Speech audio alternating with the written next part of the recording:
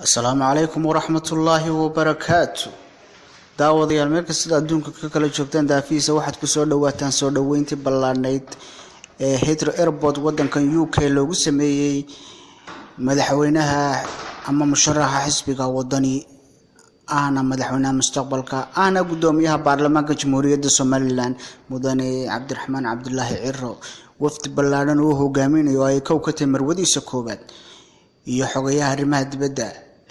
waxa kaloo wafdigaas ka dambeeyay wafdi kale oo 20 saacadood kadib soo caga dhigan doona oo hogaaminayo hogaamiyaha xisbiga wadani ama mudane Xirjaxaaj Cali waxa iyaguna meesha ama madashan sida quruxda badan loogu soo dhaweeyay wadankan UK madaxweynaha mustaqbalka ana gudoomiyaha baarlamaanka jamhuuriyadda Somaliland dhammaan taageerayaasha xisbiga wadani ee wadankan UK waxa meesha aad daawan kartaan ma aad ka arki kartaanba oo idin soo gudbinaya markasta shabakada caanka ee Dambaan News waxa ay markasta idin soo gudbisaa waxyaabaha ugu dambeeyay caalamka ka dhaca gaar ahaan Somaliland haddaba Dambaan News waxay caawa idin soo